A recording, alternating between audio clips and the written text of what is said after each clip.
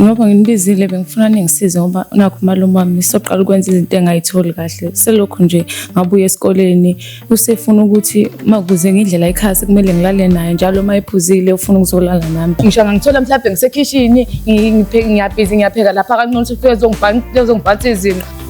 Yazi bafethu uyaphosisa umshana yazi ngempela yazi angiyazi lento. Mina into engangincoma nje ukuthi ufaka ubra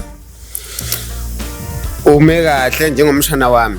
Kodwa ke wawumncoma ya ngangimncoma ukuthi ngakwazi ukumthengela la amanye amaphente nami ngoba phela mengihamba ngiyabuka amaphente engamthengela wona la etolo ukuthi angamfanele njengomshana wami.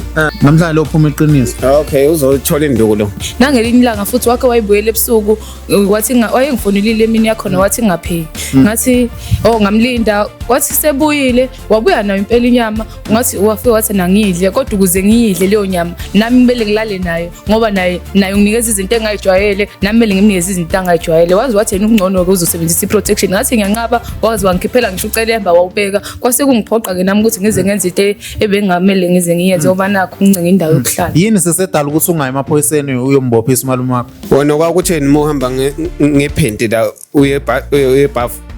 Phela mina kahlahle ngumshana vele ngithi la ekhaya ngiyini. Yima kunenkinga yini ingane emihamba nqunu phambi kwakho? Kunenkinga phela ngithi kufanele ingane iqoqa. Athi mhlawumbe uyangilimaza ngiyithanda into ayenza uyaqhubeka uyabona nje kuze kulamula ukuthi azaqeda into ayenza bese kuyikhana abuyelwe umqondo wakhe funa khona ihambele akaze exolisa uyaqhubeka nje ihambele manje like egceni kuyaqhubeka kube normal.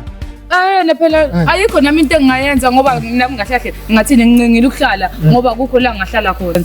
Bafa ungiphendula umshana wakho kuzadle kumele umfake isende na lotho. Manje uyindawo apho ulala naye kuzehle mubuye nenyama yena kumele ulale naye yakho noma ngathiwa ngiyogeza uhleze uyabo kube ngathi akangibonanga mase ngingenile lapha yana ofike sezoma ngasesicabheni ngithi ngiyaphuma umuntu nanga eminyango. Ingqondo ayicabanga kahle yini masuvukela wandoda angaze mina ngicabanga ukuthi ngavula ingane ingane yami sisi uyaphosa uzokhuluma saphindela.